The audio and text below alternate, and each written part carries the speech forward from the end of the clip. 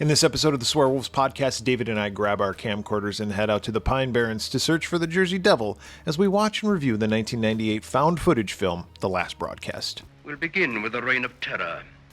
A few murders here and there.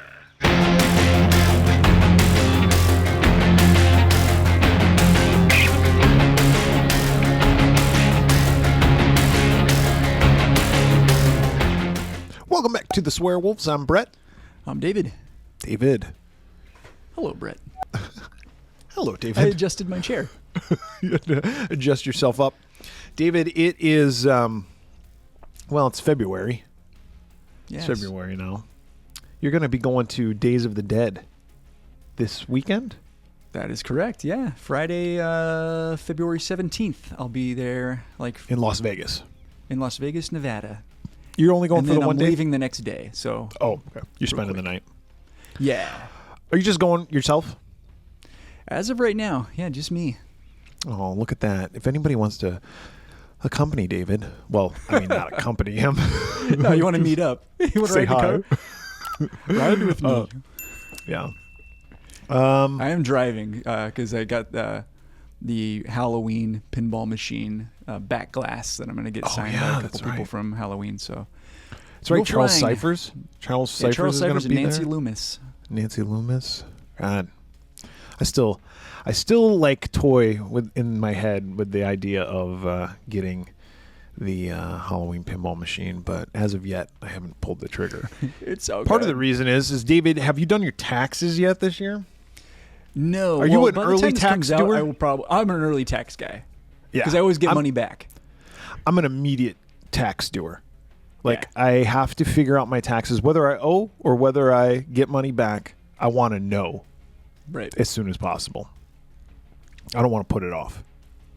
Yeah. Knock on wood. I've never had to pay. I usually get a little bit back, so I like to get it for that reason. Give me my money, Uncle Sam. Taxes are a big thing in Pennsylvania. Like, do you know what? Because in Phoenix, like, we have sales tax, right? Like, local sales tax is different depending on where you go. Do you know what your local sales tax rate is? No, I can't remember. Do you know any tax rates in like? Do you know what the state tax rate is? No. Okay, you just pay it, right? Exactly. Yeah. Okay. Numerous occasions, I've had people come over to the house. I've had like a landscaper come over to help me out with some stuff. I had this other guy come over. I forget what it was, maybe a plumber or some shit. You know, all those problems I had at the beginning of the time that I lived here. But numerous occasions, these guys have been like, "Oh, it's a nice neighborhood here," and I was like, "Yeah." And they're like, "What are your taxes like?" And I'm like, "I don't fucking know." Yeah, Like, how what's- much do you pay in taxes? I'm like, People I don't love know. talking about taxes. here specifically in Pennsylvania, where I live, everybody's talking about taxes. Oh, the taxes are so high where I live, up in blah blah blah. What are your taxes here? And I'm like, I don't know, dude. I just pay them. Yeah. Like exactly. they send me a bill, I pay it. I don't I have know. no idea what the taxes are. Speaking of Pennsylvania, Pennsylvania's right next door to another state. That It other is state indeed. is Good segue. New Jersey. The movie that we picked. Oh, you got the New Jersey Devils beanie going. Look at Yeah. you. Yeah, look at me. I just got this for Christmas. My wife got this for me. If I had a hockey team, my hockey team would be the New Jersey Devils. That's cool. In fact, I used to follow them a lot more closely. The only reason why I gravitated towards the Jersey Devils was because of Kevin Smith. I'm a big Kevin Smith fan. He's from New Yeah. Jersey, and the show Comic Book Man, Walt Flanagan, was a big Devils fan, and so I was just like, well, that's going to be my team. I always like to pick a team and say like, oh, that's my team, even though like for European or English Premier League soccer, Oh, you got a team? my team is Manchester City. I couldn't tell you any teams other than like Manchester United. Fuck Manchester United. My favorite team is Chelsea? whichever one Ted Lasso coaches. I like that. There's Chelsea. There's Oh yeah, I've heard of that. I'm sure I've heard of. I mean, there's several. whatever. I'm an Arizona guy, like born and raised, so all my teams are Losers. Arizona. So I'm just perpetually miserable because they Yes. all suck, including our hockey team. Yeah. So anyway, Jersey Devils, the movie that I picked this week is a movie about the Jersey Devil. The Last Broadcast. Had you ever seen this movie before? Nope, I had never heard of it. Actually, that's not true. I think I did hear of it because I think we may have touched on it briefly in our Blair Witch episode. Maybe. Oh, yeah. Well, I might have talked about it. Or maybe we talked off mic. I don't know. But yeah, I had heard of it, but I had kind of forgotten. Never saw it. Yeah, and this is a movie I saw back probably around 2000. So right after Blair Witch came out, I was introduced to this movie, although this movie came out first. Right. By a little bit. But we can get right into it, I guess. The Last Broadcast came out in 1998. The release date was October 23rd, 1998. David, were you a senior in high school? I was. Wait. Yes. Yeah. I would have been a senior. You had just started your senior year. Yep. Let's flash back to that time. Okay. Yep. All right, David. It's your senior year. It's fall. You rule the school, right? You're walking down the hall. Everybody's like, oh, there's Dave. Dave, senior. What's up, Dave? Yeah. You're knocking books out of nerds' hands. Giving wedgies. Yep. Shoving kids in lockers. All right. Yep. You go to the movie theater. Yeah. What movie are you seeing? I think I feel kind of good about this one. Maybe. Okay. October 23rd, right? Yep. All right. I'm going with a movie that I saw in the theater with my high school friends. I'm going Halloween H2O. It's a good guess. It's incorrect, but it's a good guess.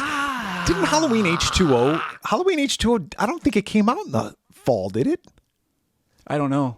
I thought you were going to say it didn't come out in 98. It's like, Brett, it was 20 years later. It absolutely came out in 98. Yeah. It might have been, maybe it was a summer movie. I think it was. I think that was one But I did see it with several friends. I think that was one of the things about it was that it came out. It came out in July. It came out in August. That's dumb. I hate when they do that. Put that shit out around Halloween, man. Yeah, I don't know. Maybe because the movie wasn't that good.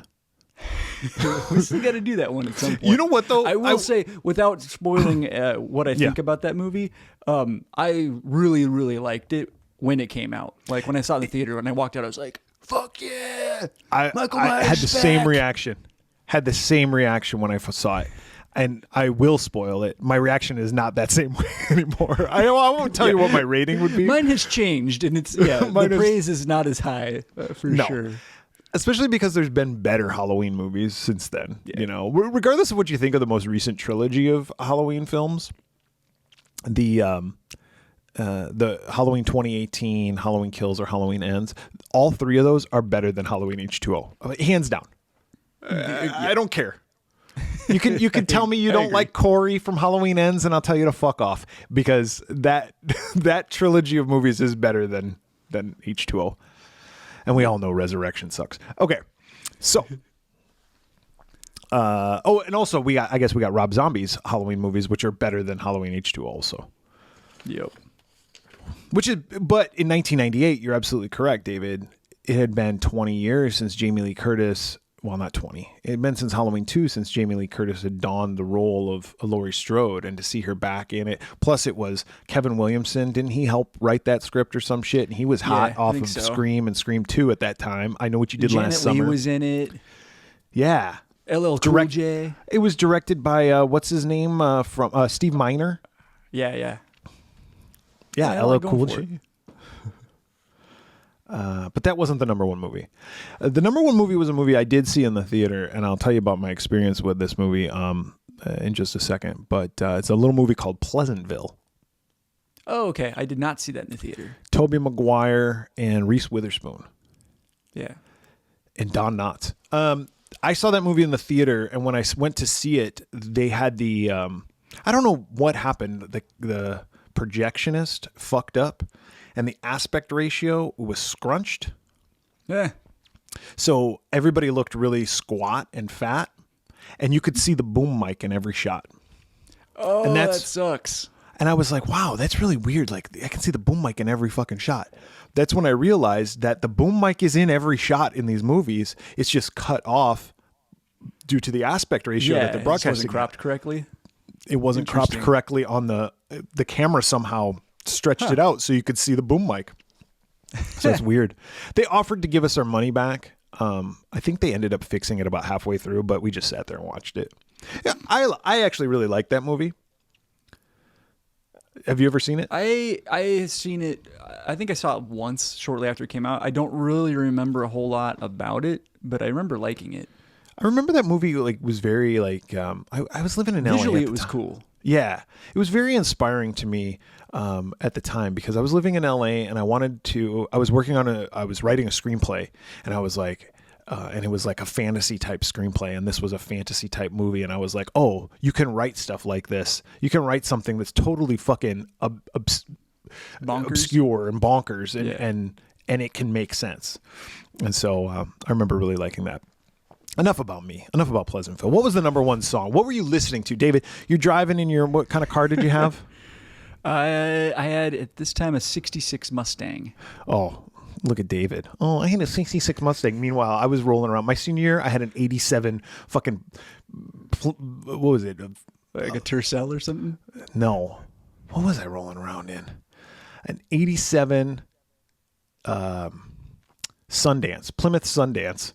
Ooh. Yeah. Fancy. Yeah. It was 1995 and I was driving an 87 Sundance. My parents bought for like $500 probably.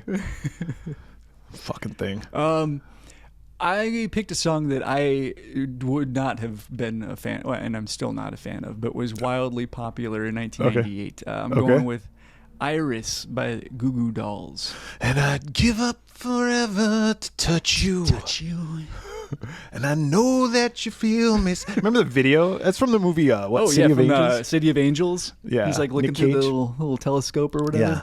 And I don't want the world to see me. Fucking Johnny Resnick. That guy, man, that guy hit a wall and slid all the way down. Dude, did you ever hear like old Goo Goo Dolls music before they became popular? It was like punk.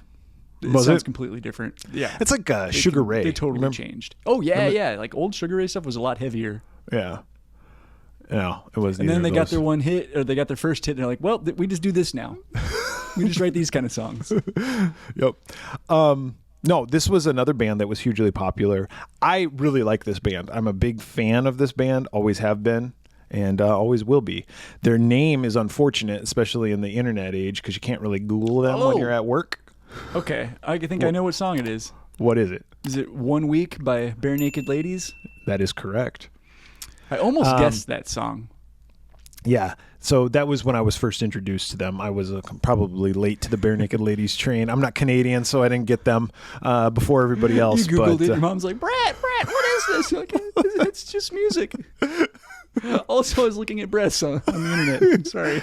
I was listening to a song while I was jerking off to this picture of Bare Naked Ladies.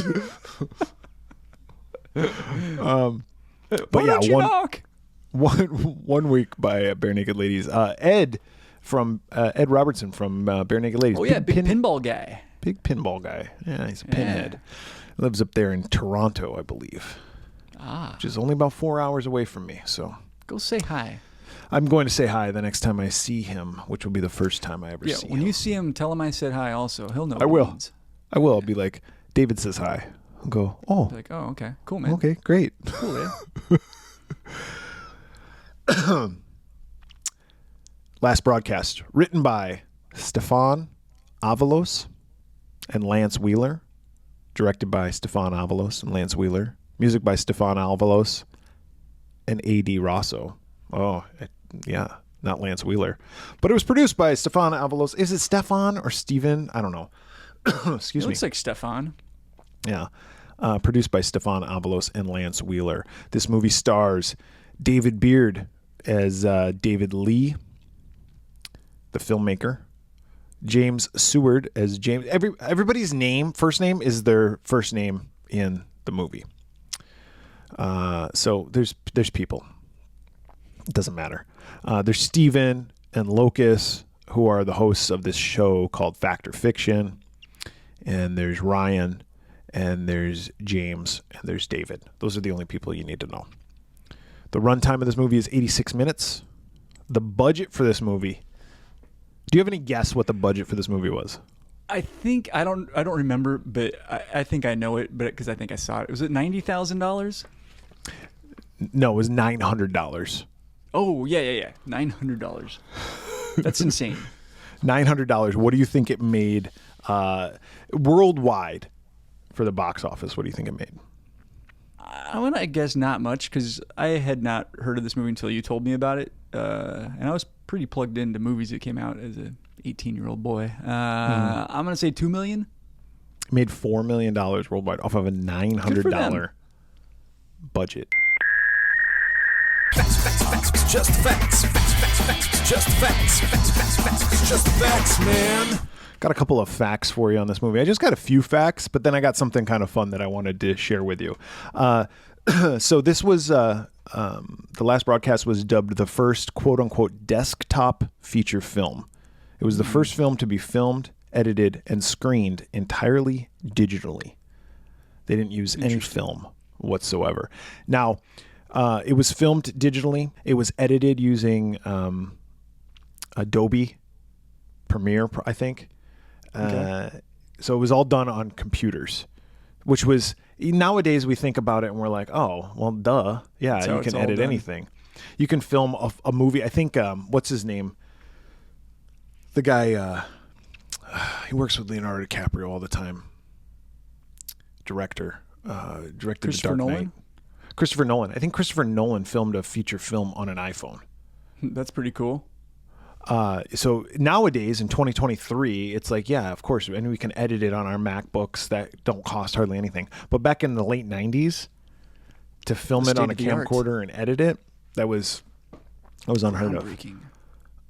They had, like we talked about, they had a $900 budget. $600 of it was allocated for the production, while $240 of it was utilized for the digital video stock, and 20 hours of tape at $12 each.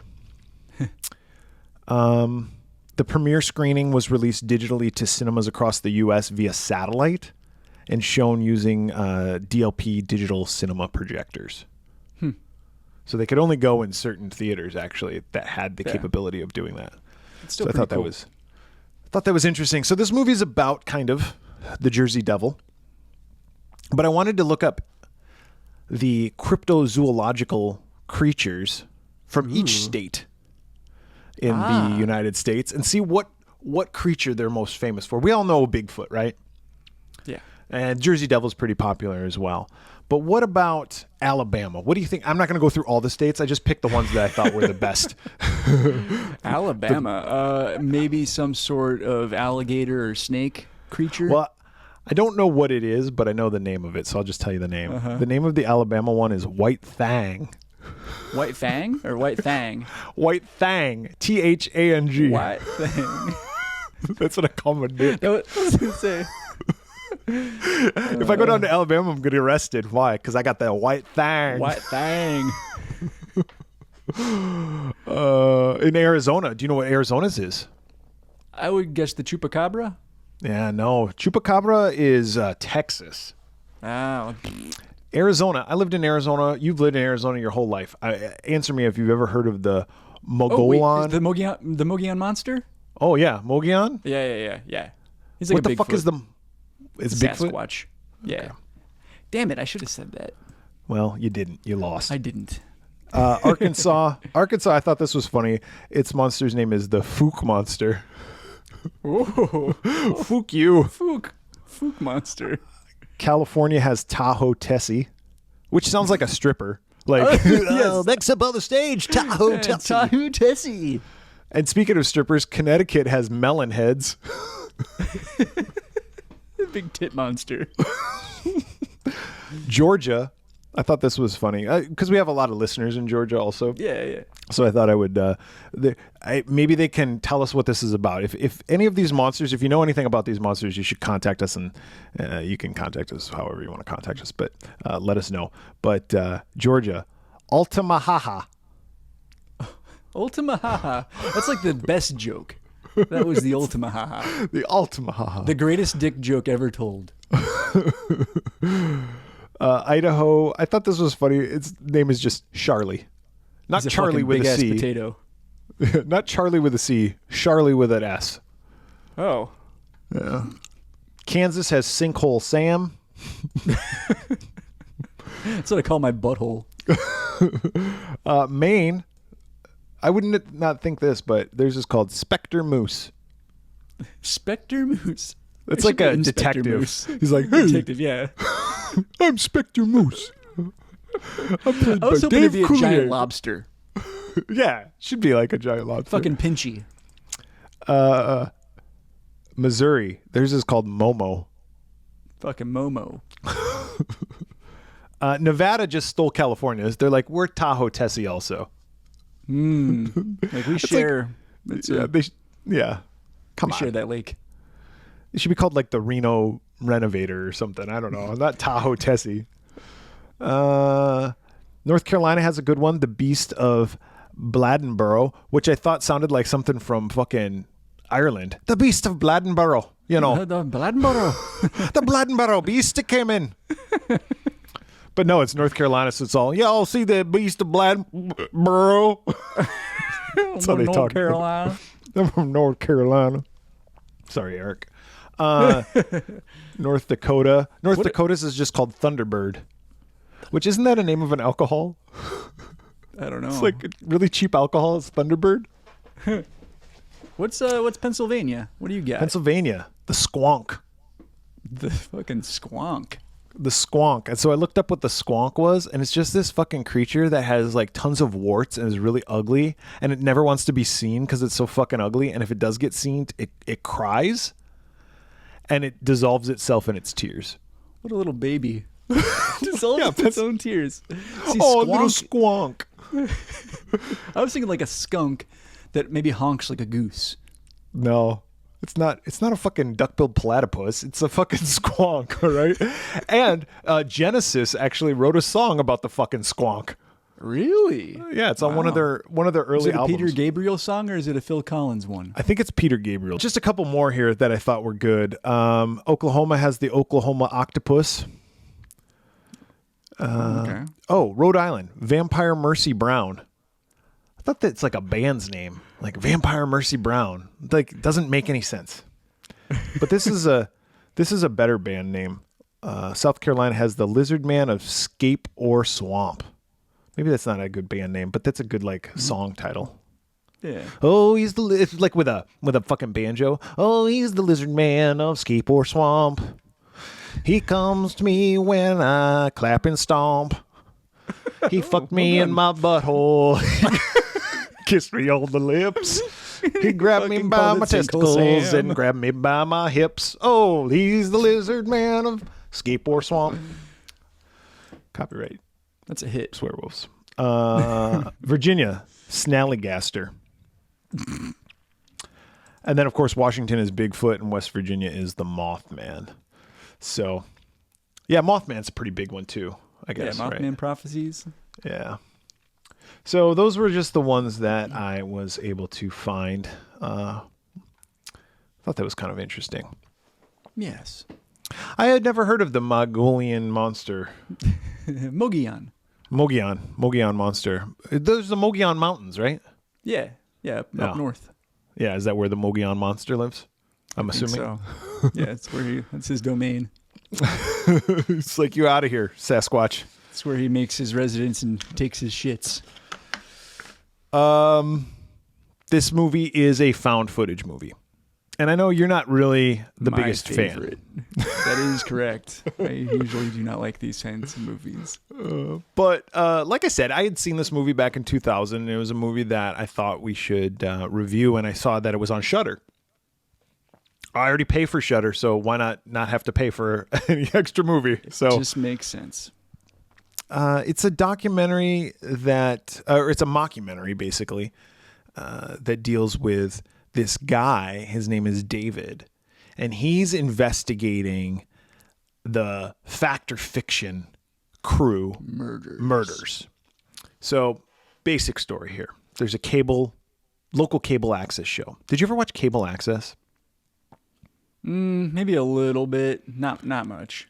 I remember it was kind of like a big deal especially after Wayne's World was popular. Yeah. I think that's around the time I watched some of that stuff. Yeah. And then I was like, oh, this is all shit.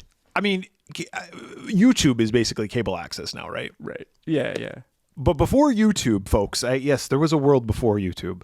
cable access was where you could go. And me and my friend in high school, we actually went to our local cable public access channel and had to do an introduction class because we wanted to put our own show on. And it was going to be basically two guys talking nonsense. Yeah. But well. nothing has changed since I was A dream in high realized. school. But we went there, Madison, Wisconsin. We went there and took a tour of the facilities, and they were like, okay, this is what you need to submit.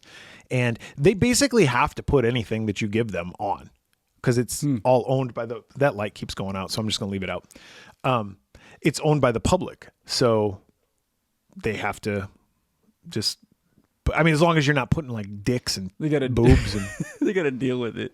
Yeah, they got to. You just got to sneak a dick into a frame of every episode.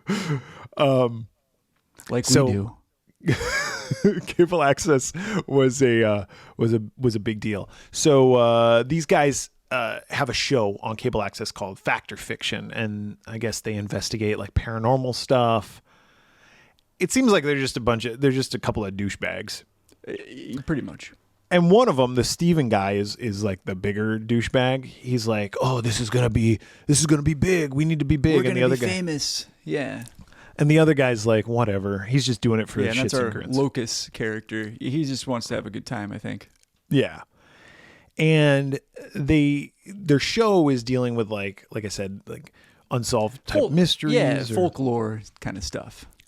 And they're investigating it, but they have people, they invite people to the set, and then they start also allowing people to chat through an IRC, which is Internet Relay Chat or something. I forget what it stands for. Yeah, Internet Relay Chat.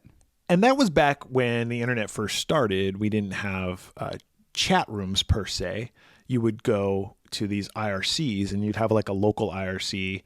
And you could like log into whatever. I guess it is a chat room, and you could live chat with people. And that's what they started for their show. And so people, instead of calling in, could just type in. And one day somebody types in, "You should do a show on the Jersey Devil." Now, you would think that a couple of boneheads from Jersey like have a show about the supernatural. That's like their first episode, right? They would have already covered that. I thought that too. Yeah. But they're like, "Oh, that's a great idea." That's a great idea. This is why their show hasn't taken off. Like, come on. Yeah, because they're ignoring the low-hanging fruit. Yeah. So they're like, what we're going to do is they have big dreams here, this Steven guy. He wants to live stream it. Okay, we're talking 1997 here. Even in 2023. Well, this takes place in 95. Okay, we're talking 1995. Even in 2023, you and I have to do this show remotely, and we have fucking problems all the time with the internet. Yeah, almost every time. With whatever, right? 1995, I remember, this was 1999. I remember getting the preview for Star Wars Episode 1, The Phantom Menace, was going to hit the internet. And my friend and I gathered around my roommate's laptop, and we downloaded it. And it would play for like 2 seconds, and then it would freeze. And it would buffering. Yep, buffer. And then it would just freeze on an image, and I would just hear the hear it. Yeah, which is what happens to us sometimes when we're talking on camera. Yeah, exactly. So the fact of the matter that they're going to, in 1995, live stream something from the fucking middle of the Pine Barrens, there's no Wi-Fi. How are they getting this? Yeah, pretty ambitious. Ambitious and unrealistic. So that kind of pissed me off watching it. And why bother? Like, just record it and do it the normal way. Yeah, there's that. And also, it's like, you guys realize you're a local cable access show in New Jersey. You're not like fucking Yeah, do you have a CBS. shit ton of viewers who are just chomping at the bit to live chat or watch it as it happens? that'd be like us doing something like that. You know? Yeah, it would just be us talking. Yeah, us talking, and maybe someone accidentally would Someone come pops across in for a second. We're like, "Oh, hi, so and so," and they go, and they close it, and then they're gone again. Like, oh, well, fuck. Exactly. Scared another one away. Exactly. So they're like, oh, this is a great idea. So they're going to recruit some people. They recruit this guy named Ryan, who's a sound man who can record paranormal. They don't really delve deep into this guy that much. They just say, but oh, I took it as like he's like an EVP guy kind of thing, I guess. Which is bullshit. I fucking hate that stuff. And this guy named Jim Seward, who claims to be a psychic. Now, they do delve deep into Jim. Yes. Because, spoiler alert, well, it's not really a spoiler alert. It's not even a spoiler. They say it right at the very beginning of the movie. Three of these guys die. One of the guys is missing. The other two are found dead, and Jim's the only survivor. So Yeah, Jim he was gets arrested. Right. And he gets tried, convicted, put in jail for 2 consecutive life sentences, and then dies in jail mysteriously, like Under within mysterious circumstances. Yep. So Jim is the focus of kind of the documentary on his innocence. Time out here real quick. During about this time in the world, there was documentaries showing up. One of them on HBO was the documentary called Paradise Lost. Did you ever see that documentary? No, but I've heard of it. That's about the West Memphis 3. Oh, yeah. And that documentary was coming out, and I liked watching documentaries, like real documentaries, right? Not found footage horror films, but real documentaries. And this Paradise Lost one was one of the ones that I really liked.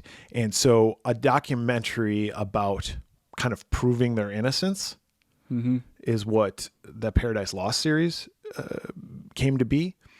This is kind of like, I don't want to say imitating that because it was a separate thing, but it was kind of along those same lines. Is like same this concept, person, like the trying to prove his innocence. Because the filmmaker doesn't think that Jim did it. Exactly.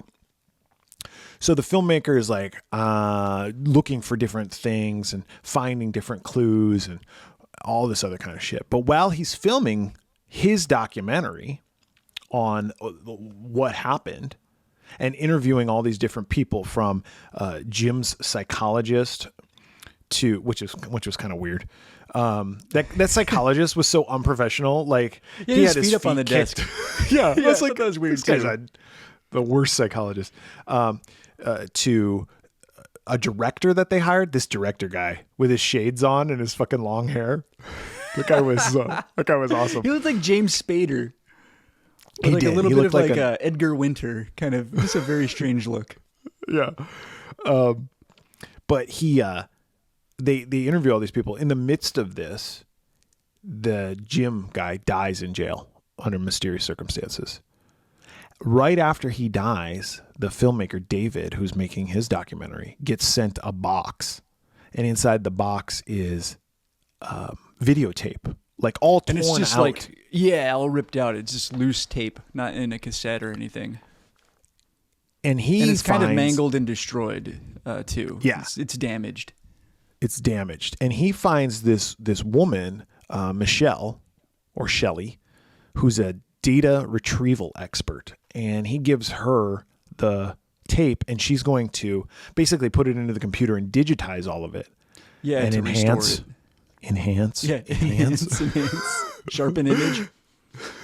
Can you enhance Zoom that? Tighter.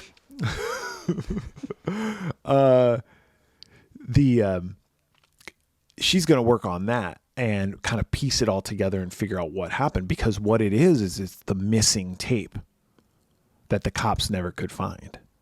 Yeah, like, oh shit, maybe this has a clue as to who or what. Or is Jim innocent? And David comes to the conclusion that the cops basically pinned everything on Jim because they didn't really have a lot of evidence and they just needed a scapegoat. Yeah. And so they put together, they fancy edited all the footage that they did have to show this Jim guy being very violent. Yeah, there's a time where he shoves one of them and yells something at him like, "I'll see you back at camp. I'll see you back at camp," and then he runs away. I was like, what a little pussy. But the other stupid thing was, and the guy even says it because they show like the extended clip. The guy goes, "What does he mean camp? We haven't even set up camp yet." Yeah. That was funny. Because the reason why they were... Oh, go ahead. I was going to say, the reason why they were kind of pissed off at the gym guy, and this is Locus, Steven, and Ryan, because he had said, like, oh, I'll take you out to the Pine Barrens, and I'll show you, we're going to find the Jersey Devil, right? Because he's a psychic. Yeah, because I'm psychic. And I'll pick up on his scent. Psychic scent. But he's leading them around in circles, and so that Ryan guy is like, are you a psychic or a psycho? And he like pushes him, and then he's like, I'll see you back at camp, and then he just runs away. And he's never to be seen from again. And it's like, what are you talking about, dude? You're just tell him to, like, he clearly wasn't a psychic, okay? He was just doing this. I don't know why he was doing it. Maybe he did think he had psychic powers or whatever. But at what point do you just go, we should just camp here? This is where we'll see the Jersey Devil. I mean, yeah, like, exactly. He was. Maybe he really thought that they were going to find something. But yeah, we find out that Jim dabbles in magic, so he's like an amateur magician. Yeah, so like he knows how to do them card he's a tricks. psychic by doing some tricks. Like they have one where he's reading, like they hold up a card and he tells them what it is. And yeah, which is like, easy. No, like a date appears in his arm, and it's the date that they're going to go out to the woods. Like little things like that. And they're like, oh, yeah. Which both of those tricks, easiest tricks in the world. I myself am a little bit of an amateur magician. Very little, but I know how I'm the worst person to watch like magic shows with, because I'll go, this is how this is done. I do it too. I always watch their hands, like, oh, there's the switch, like it happened right there. But see, I know enough about magic to know how all these tricks are done. Well, I mean, except for the really good ones, right? Like really good magicians, I'm like, I don't know how the fuck he did it, but like the putzes you see like on YouTube, I'm like, that's how that's done. Right. But like David Copperfield, I don't know how the fuck he does. I don't know how he flies. He's magic. Yeah, how does he do that shit? I know how he walked through the Great Wall of China. Dude, when I was a kid and David Copperfield walked through the Great Wall of China, I was like, this is the most goddamned amazing thing I've ever seen in my life. I wanted to be David Copperfield. My parents took me to see David Copperfield. Oh, that's cool. It was glorious. And he walked through, not the Great Wall of China, because they couldn't bring that into the stage. He walked through you. He walked through a wall on stage, and I was like, this is just as good. Like, holy shit. It was awesome. Okay. Anyway. Yes. So this guy, Jim, he's a amateur magician and a psychic. I don't know. Do you believe in psychic phenomena? Absolutely not. Okay. Good. I think some people are intuitive and pick up on things. That doesn't make one psychic. Yes. I think intuition is a I was just talking to my wife about this not that long ago. I think that people can be, there's empaths. Yes, and where you can read people. Yes, that are very attuned to other people, and they have the ability to know stuff about somebody. I think empathy and empaths are a very good thing, and the levels of that people have. Our good friends, the Radical Sex Witches, had an empath on their podcast one time, and they were talking to them. And I think even Leah is sort of an empath. And I believe in that kind of stuff because it's not... Yeah, me too. It's not far-fetched to say, I can get vibes off of you. Yeah. What's far-fetched is to go... 100% believe in that stuff. Yeah, okay. The psychic thing is like, I know what you're thinking or I know what's going to happen. Like predicting the future type stuff. Unless it's predictive of behavior. That's different. But like, but to know where your keys are, to be like, the keys are right over there in the third drawer. No, that's a magic trick. Yeah, that's horseshit. If it works, it's a magic trick. You know why I don't believe in that? Because psychics die in car accidents and shit. Yes. You know what I'm saying? Like, you're like, you know what? I'm not going to get in my car today. Well, we can't turn our powers on and off, David. That's always the excuse. When there's money involved, it seems. Yeah, except for when there's the lottery, because I've never heard of a psychic who's like, I've won 8 lotteries. So fuzzy. I don't know. I can only use my power for good. Or like that Sylvia Brown bitch. One time, do you remember Sylvia Brown? She's also dead. Yeah.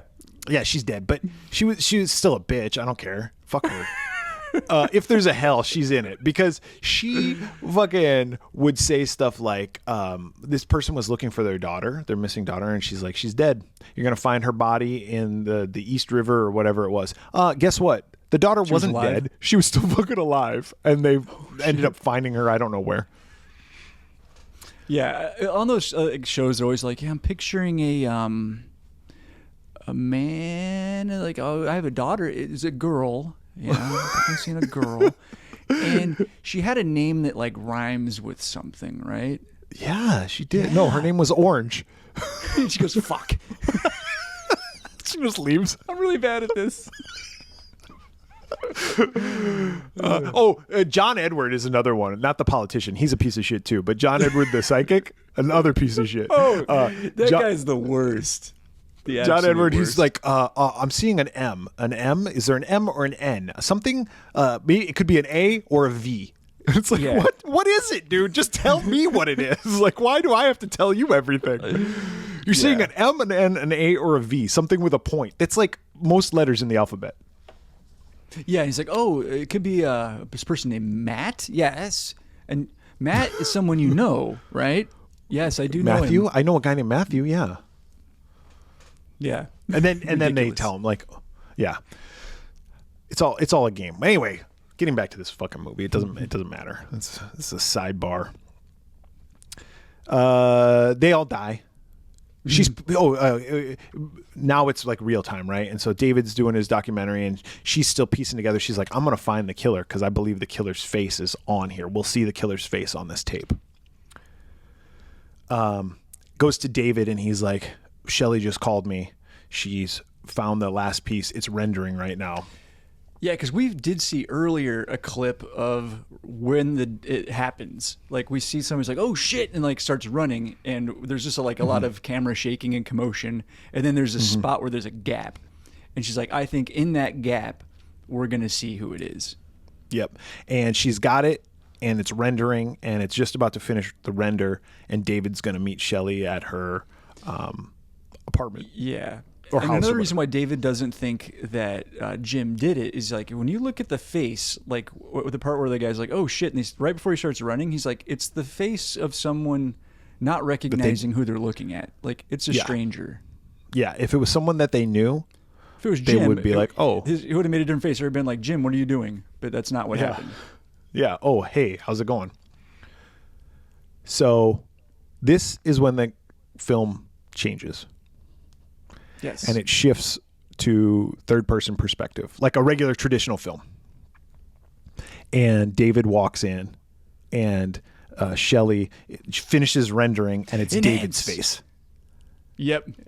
And she turns around, and she's like, "Oh!" And she like smacks him or something. They get into a fight, and he proceeds to suffocate her because she's got like a fucking Dexter kill room that she works out Yeah, of. he's got plastic hanging everywhere. Maybe she's doing some work in the construction work or something. But Yeah. Anyway, there's Maybe. plastic hanging everywhere, and he suffocates her with it. Takes a And while now- too, like it would in real Twice. life. Like it's sad. It's hard, Yeah. kind of hard to watch. You're like, oh, I feel so bad for this woman. Yeah, I was wondering about that too. I was like, this woman didn't get paid anything, and Yeah, she's you an hired actress. me, motherfucker. Like, come on. Yeah, no, the actress. I'm Oh, talking you mean about the actress. Yeah. Like how, like she had to trust these people, like because if someone was like, yeah, please just, don't actually suffocate me. yeah, no shit, right? If I start hitting you, that means stop. He loads her body into the car, and he drives out to the woods and dumps her body. And he starts beginning to record himself narrating a segment of his documentary that we've already seen, Yeah. right? And that's the end of the movie. Yup. I'm going to let you go first because you had never seen this movie before, and this was your first experience with it, and I want to get your thoughts. Yeah. You said earlier, I'm generally not a fan of these types of movies, and a big part of it is because in real life you would stop filming at some point. It's the filming of everything, and these movies always have lots of things that have nothing to do with anything. Like it's just like, oh, here's a scene of them just randomly talking, and here they are walking in the woods. Here's another scene of them walking in the woods. Did you like seeing them talk earlier? Because they're going to talk here too. But none of it's actually going to advance the story. There's just a lot of filler. And that goes back to like Blair Witch, right? Blair Witch, you could have cut out 90% of that movie and it would have still been effective. If it was real, right? In this movie, it jumps around between like the documentary, the people making it, the like the murder. But I thought that it actually did that pretty well. I thought it was stitched together as a narrative. It still worked, but I just thought there was a lot of filler kind of stuff. I thought right off the bat, I was like, if it turns out to be David that did it, I'm going to be pissed.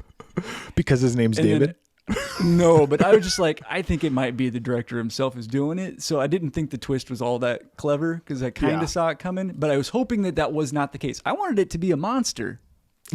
And when the first time she starts enhancing the film, it does look kind of like the silhouette of a monster. And I was going to be, oh man, this is going to be fucking awesome if it is the New Jersey Devil. That would be sweet. Yeah. I thought for a $900 budget, this movie was incredibly well made. I don't know how they did it with that type of budget. I thought it looks, again, they just very edited it professional. on their computer. Yeah, you know? and got friends and probably maybe local theater actors or stuff to fill out the cast, because I thought the acting was also just fine. Like I didn't really have a problem with any of the performances. My biggest problem, but like I really did not like the final act. Like so when it turned to third person, I was like, why did they do that? The whole movie was shot in a style that was like first person, and that was I thought it took away from the documentary thing. It took me completely out. I was like, well, now I'm not watching a documentary film. I'm not watching a found footage film. I thought that was a very weird choice. And I didn't make the movie, but I would not have done that. Yeah.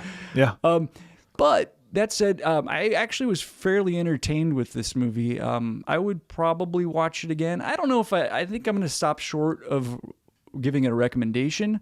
But it was better than I was expecting, and I think for found footage movies, you could do a lot worse. So I'm going to give this one a 2. Okay.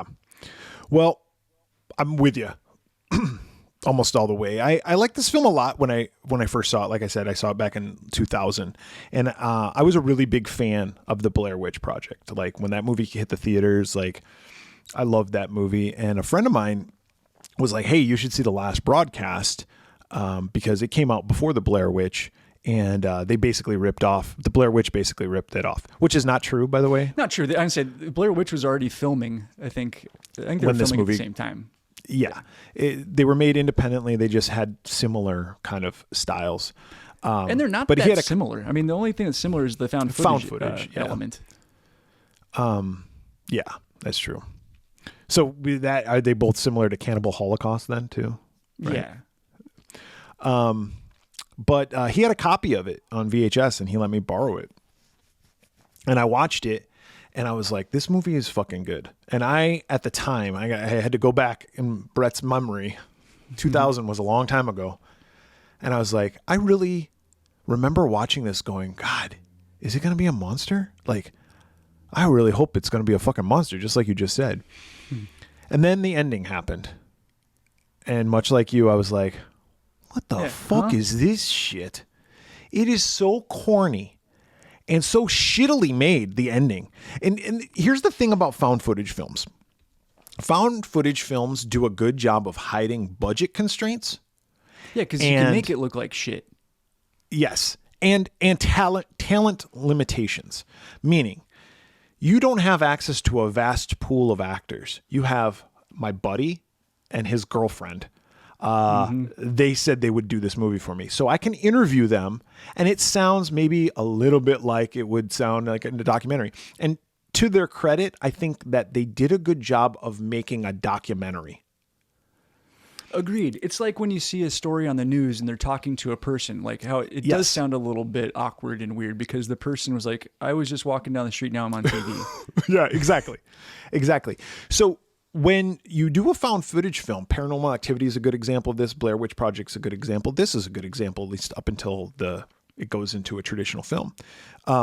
You can hide all your cost limitations and all your acting limitations and everything. And maybe even your own as a director or a writer's limitations. Like, just say something about fucking the Blair Witch or the Jersey Devil or whatever it is, or ghosts. But when this movie switches to a traditional film, you can tell immediately that it's super low budget, and you can tell immediately that these actors aren't that good. Yeah. Because although she did a fine job of getting killed, like that slow motion, like, it's just so fucking awful. Yeah, it's like, why? So I wish the ending, like, even at the time, I remember saying this to my friend, like, I almost wished it would have gone to like a security camera.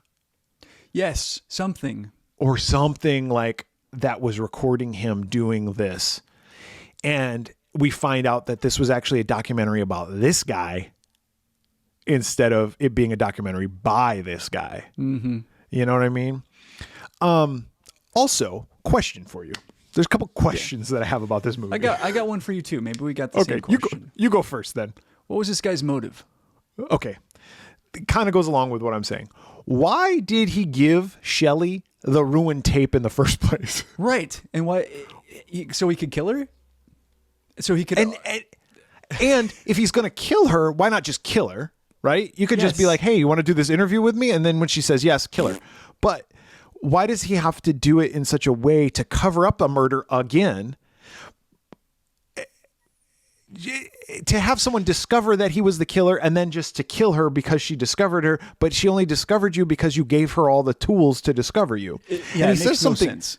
He says something earlier in the film about the person being responsible. He didn't think Jim could do it because Jim was a dumbass, because the person responsible for the murders must be really smart and is setting up an elaborate media event. But is he really?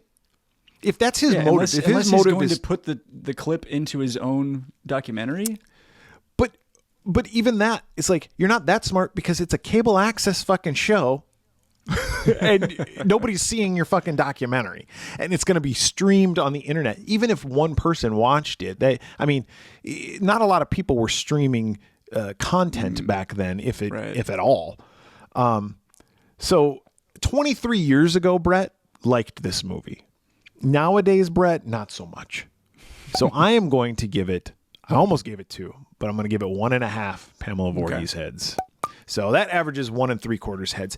There's a lot of questions about this movie that I don't think get answered. There's no motive. And the ending just makes no sense. It really comes off the rails at the end. Yeah. So, but that being said, the 1.5 goes for the first 3/4 of the movie. I was like kind of engrossed. Mm-hmm. It does get a little long in the middle where it's like, oh my God, just get to the fucking point already. To your point of how they just show stuff that it's like, do we need to see all this? Yeah, it's like, just cut to the chase. Yeah, and it's the same shit over and over and over again. It's almost like, you know what would have been better? You remember that movie we watched? It was also like a found footage, I guess. WNEP Halloween. Right. Yeah. WNUF or something like that. Yeah, whatever it was. They had the commercials and everything. It would almost be better if that was this and they cut it into like segments, and then you could put like fake commercials in there, because they go backwards and show the same stuff over and over again. And you know how when you're watching TV shows like this, they'll do that. They'll come back from a commercial and they'll show you everything you just saw before the commercial. Right. They do a quick little recap. Yeah. So like the people who are just tuning in, it would have almost been better like that. And it's like, treat it like it was like that movie, that Halloween special movie. Treat it like, hey, this is a tape that goes around like in the dark web of some bullshit that happened. Yeah, you should watch this. And anyway, that's how we would fix it, right? Let's do 1 it. 3/4 heads, David. So that means, probably don't watch it. But if you like found footage films and you haven't seen The Last Broadcast, I would say you should probably see it, because it would be right up your alley if you're fond of these types of movies. Yep. But if you have any questions or comments, if you want to tell us about the mythical creatures that live in your area, maybe you don't even listen from America. I only looked up the American ones. I'm sure there's that's true. cryptozoological international creatures, right? So you should write us and contact us, and David will now tell you how you can do all those things. All the ways. Twitter, Facebook, the Slasher app, TikTok, YouTube, Hive, search the Swearwolves. On Instagram, search the Swearwolves podcast. You can go to our website, theswearwolves.com. You can email us at contact@theswearwolves.com, or you can leave us a voicemail at 623-282-1851. So for the Swearwolves this week, I'm Bret. I'm David. David, you want to know what my favorite magic trick is? Making this thing rise. The Mogollon Monster.